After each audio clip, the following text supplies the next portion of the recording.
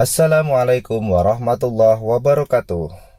Sobat Sumber Belajar, mari kita belajar materi kelas 5, tema 9, subtema 2, pembelajaran ketiga.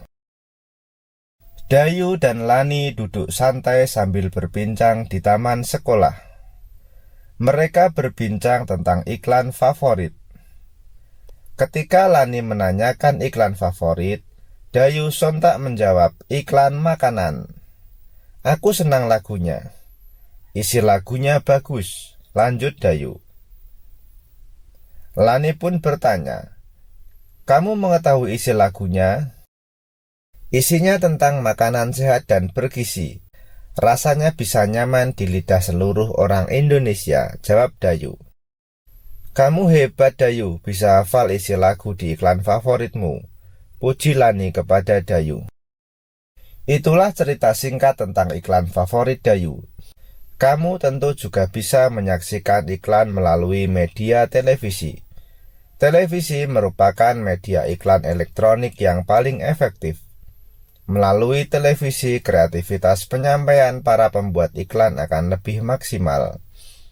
Penuangan kreativitasnya pun bisa dalam berbagai bentuk. Kreasinya dapat berupa animasi 2 dimensi ataupun 3 dimensi, testimoni, dan lagu produk yang diiklankan. Kreativitas penyampaian iklan sangat menentukan menarik tidaknya sebuah iklan. Perhatikan kedua iklan berikut. Segar nyatanya memang menyegarkan. Kalimat dalam iklan tersebut bersifat singkat, padat, dan jelas. Bahasa iklan pada iklan minuman di atas juga menarik bagi khalayak yang melihatnya untuk ikut menikmati kesegarannya. Orang yang melihat iklan minuman itu pun akan tersugesti dengan kesegarannya dan segera ingin menikmatinya. Contoh iklan selanjutnya adalah iklan mie instan. Kamu tentu pernah melihat iklan mie instan. Iklan yang kamu lihat itu terkadang ada lagunya. Bisa jadi yang melihat iklan tersebut ikut menyanyi jika lagunya menarik dan musiknya energik. Khalayak pun tersugesti ingin menikmati sensasi rasa mie instan yang diiklankan. Bahasa iklan produk makanan yang sangat menarik akan mampu menggugah selera makan khalayak. Setelah tergugah, khalayak akan memuaskan rasa laparnya jika menikmati mie instan tersebut.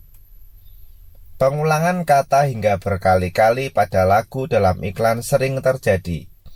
Pengulangan kata pada lagu menunjukkan adanya pilihan kata yang digunakan untuk menunjukkan sasaran iklan.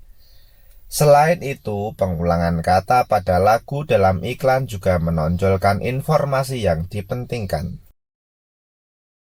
Berdasarkan kedua contoh iklan televisi di atas, dapat dipahami adanya beberapa ciri khas iklan elektronik yang mampu menarik perhatian khalayak atau masyarakat umum. Beberapa ciri bahasa iklan yang dimaksud sebagai berikut.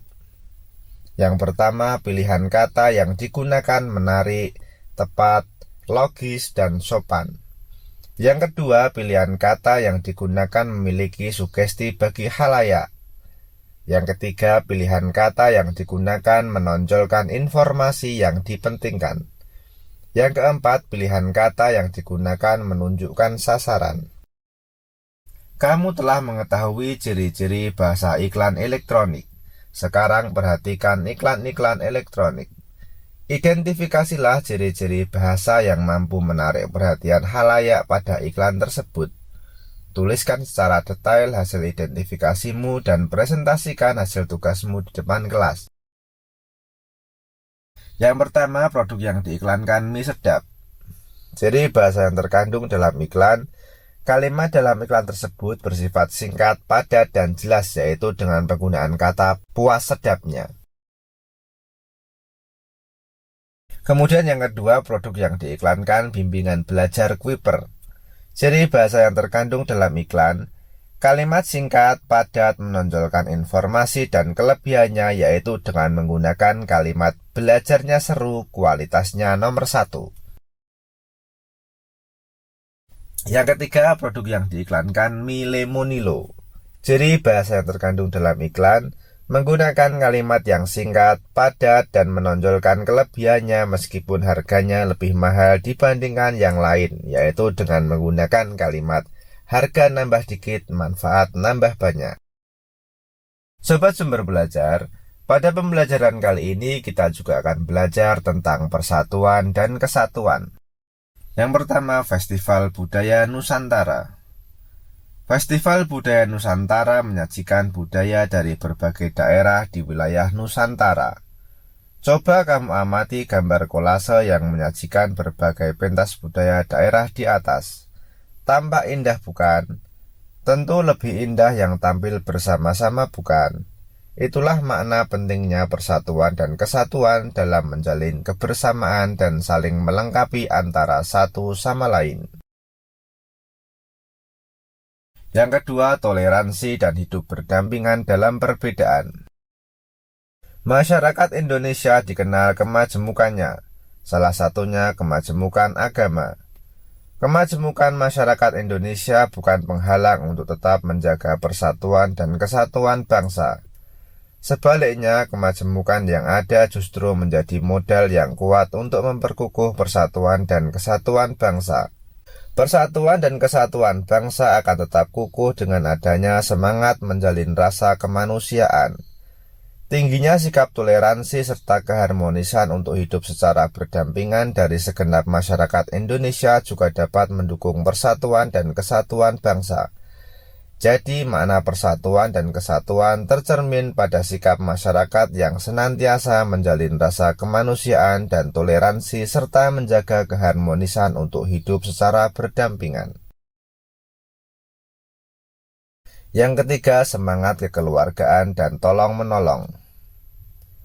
Menjalin rasa persahabatan, semangat kekeluargaan, dan tolong-menolong tercermin pada kegiatan gotong royong antar warga masyarakat. Dalam kegiatan gotong royong, semua perbedaan ditepiskan. Warga masyarakat saling bekerja sama dan bahu-membahu menyelesaikan pekerjaan untuk kepentingan bersama tanpa memandang perbedaan satu sama lain. Dengan gotong royong, pekerjaan seberat apapun terasa ringan dan pekerjaan cepat selesai. Itulah makna penting persatuan dan kesatuan yang tercermin dalam sikap menjalin rasa persahabatan, kekeluargaan, dan sikap saling tolong-menolong antar sesama dan bersikap nasionalisme. Sobat Sumber Belajar, makna penting persatuan dan kesatuan bangsa Indonesia adalah sebagai berikut. Yang pertama, menjalin kebersamaan dan saling melengkapi satu sama lain. Yang kedua, menjaga keharmonisan hidup secara berdampingan dan saling pengertian. Yang ketiga, menepiskan segala perbedaan yang ada dalam masyarakat yang dapat memicu perpecahan. Peristiwa-peristiwa dalam kehidupan sehari-hari yang mencerminkan sikap menjalin persatuan dan kesatuan seperti berikut. Yang pertama, berteman dengan siapa saja. Yang kedua, bersikap toleransi kepada orang lain. Yang ketiga, membantu teman yang kesusahan. Yang keempat, bersedekah kepada orang yang membutuhkan. Yang kelima, ikut bergotong royong di lingkungan masyarakat. Yang keenam, bersikap rendah hati dan tidak sombong. Yang ketujuh, melakukan musyawarah untuk menyelesaikan masalah. Dan yang kedelapan, bekerja sama dan bahu-membahu dalam menyelesaikan pembangunan jalan. Sobat Sumber Belajar, pada pembelajaran kali ini kita juga akan belajar tentang kegiatan ekonomi masyarakat Indonesia. Ada beberapa jenis kegiatan ekonomi masyarakat Indonesia. Yang pertama adalah pertanian. Usaha pertanian merupakan usaha yang paling banyak ditemukan dalam masyarakat Indonesia. Hal ini sesuai dengan keadaan alam Indonesia sebagai negara agraris. Hasil pertanian Indonesia antara lain padi, jagung, ubi, dan palawija. Yang kedua, perkebunan. Perkebunan merupakan usaha pemanfaatan lahan dengan tanaman-tanaman keras. Perkebunan dapat dibedakan atas perkebunan rakyat dan perkebunan besar. Perkebunan rakyat adalah perkebunan yang dikelola oleh rakyat. Perkebunan besar biasanya dikelola oleh pemerintah atau perusahaan perkebunan. Hasil perkebunan besar biasanya ditujukan untuk ekspor sehingga dapat menghasilkan devisa bagi negara. Contoh hasil perkebunan antara lain karet, kelapa, kelapa sawit, dan tebu. Yang ketiga, peternakan. Peternakan adalah usaha memelihara binatang piaraan yang diambil manfaatnya. Usaha peternakan dapat digolongkan menjadi tiga, yaitu peternakan hewan besar, misalnya sapi, kerbau, dan kuda. Hewan kecil misalnya kambing, domba, kelinci, dan babi. Kemudian juga ada peternakan unggas, misalnya ayam, itik, entok, dan burung. Yang keempat, perikanan.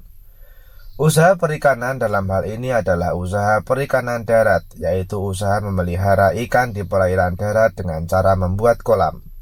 Perikanan darat meliputi perikanan air tawar dan perikanan air payau. Contoh hasil perikanan air tawar misalnya ikan gurame, nila, bawal, dan lele. Hasil perikanan air payau contohnya ikan bandeng.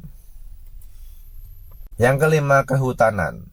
Usaha kehutanan dapat dilakukan dengan melakukan pencegahan terhadap pengundulan hutan dengan melakukan reboisasi atau peremajaan hutan. Contoh hasil usaha kehutanan antara lain kayu, rotan, damar, dan kemenyan. Usaha kehutanan juga penting untuk menjaga keseimbangan alam. Pepohonan yang tumbuh di hutan membantu peresapan air ke dalam tanah. Dengan demikian dapat menghindari terjadinya banjir. Selain itu, hutan menjadi tempat hidup serta berkembangnya berbagai satwa. Oleh karena itu, hutan tidak boleh dirusak dan harus diremajakan. Yang keenam, pertambangan. Pertambangan adalah usaha untuk mengolah atau memanfaatkan mineral demi kesejahteraan manusia. Mineral ini berada di dalam perut bumi. Untuk mendapatkannya perlu dilakukan penggalian atau penambangan. Contoh hasil barang tambang antara lain emas, minyak bumi, dan batu bara. Yang ketujuh, perindustrian. Industri adalah usaha atau kegiatan untuk mengubah bahan mentah menjadi bahan setengah jadi atau barang jadi. Bahan mentah berasal dari sumber daya alam. Industri dilakukan untuk meningkatkan mutu atau nilai suatu barang. Usaha industri dapat dilakukan oleh perorangan, kelompok, atau suatu perusahaan, baik pemerintah maupun swasta. Contoh hasil industri adalah benang menjadi pakaian, pengolahan ikan menjadi ikan kaleng, dan karet menjadi ban. Yang kedelapan, perdagangan. Perdagangan adalah kegiatan yang bertujuan menyalurkan barang dan jasa dari produsen ke konsumen. Barang-barang yang diperdagangkan merupakan hasil-hasil pertanian, peternakan, perikanan, hutan, dan barang-barang hasil industri. Perdagangan yang dilakukan antar negara disebut ekspor-impor. Ekspor adalah usaha mengirim dan menjual barang ke luar negeri. Impor adalah usaha memasukkan dan membeli barang dari luar negeri. Yang kesembilan, jasa. Usaha jasa adalah usaha menyediakan jasa, bukan produk benda untuk mendapatkan keuntungan atau laba. Perhatikan gambar di atas. Pekerjaan menjadi pemandu wisata merupakan bagian dari usaha jasa. Usaha-usaha dalam bidang jasa antara lain usaha becak, ojek, angkutan umum, dan bidang pariwisata.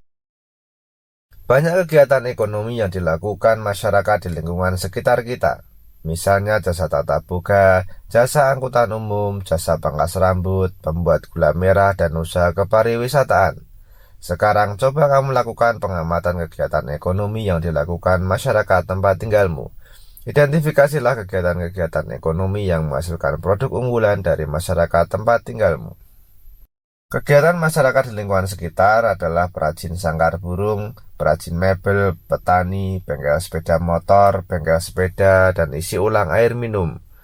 Produk unggulan, sangkar burung, dan segala aksesorisnya yang dihasilkan dari kayu jati yang berkualitas. Bahan kayu jati dihasilkan dari sisa-sisa perajin mebel sehingga dapat menekan biaya bahan. Dengan modal bahan baku yang murah dan melimpah, maka harga barang jadi akan dapat bersaing dengan perajin di daerah lain. Banyak benda-benda bekas di sekitarmu yang dapat dimanfaatkan sebagai sumber penghasilan. Tentu saja dengan cara mendaur ulang, misalnya memanfaatkan gelas plastik bekas air mineral untuk bahan membuat bunga plastik. Selain itu, dapat pula memanfaatkan kerang-kerang sebagai bahan membuat hiasan atau figura, dan masih banyak lagi yang lainnya. Kesemuanya itu dapat dijual di tempat wisata sebagai souvenir. Pernahkah kamu menemukan kegiatan ekonomi dengan memanfaatkan benda-benda bekas? Diskusikan bersama dua orang temanmu dengan menyebutkan benda bekas, cara pengolahan, dan cara penjualan hasil pengolahan. Tuliskan hasil diskusi pada kolom berikut. Misalnya benda bekas yang digunakan, kemasan makanan, sabun, bumbu dapur, dan lain-lain. Prosesnya, mula-mula bahan dicuci hingga bersih lalu dikeringkan. Setelah semua bersih, kemudian dirangkai sedemikian rupa menggunakan mesin jahit sehingga membentuk tas atau dompet yang cantik. Barang-barang yang tersebut dapat dijual melalui acara ibu-ibu PKK di lingkungan setempat. Demikian penjelasan dari kami. Jangan lupa like, share, dan subscribe channel Sumber Belajar. Terima kasih. Assalamualaikum warahmatullahi wabarakatuh.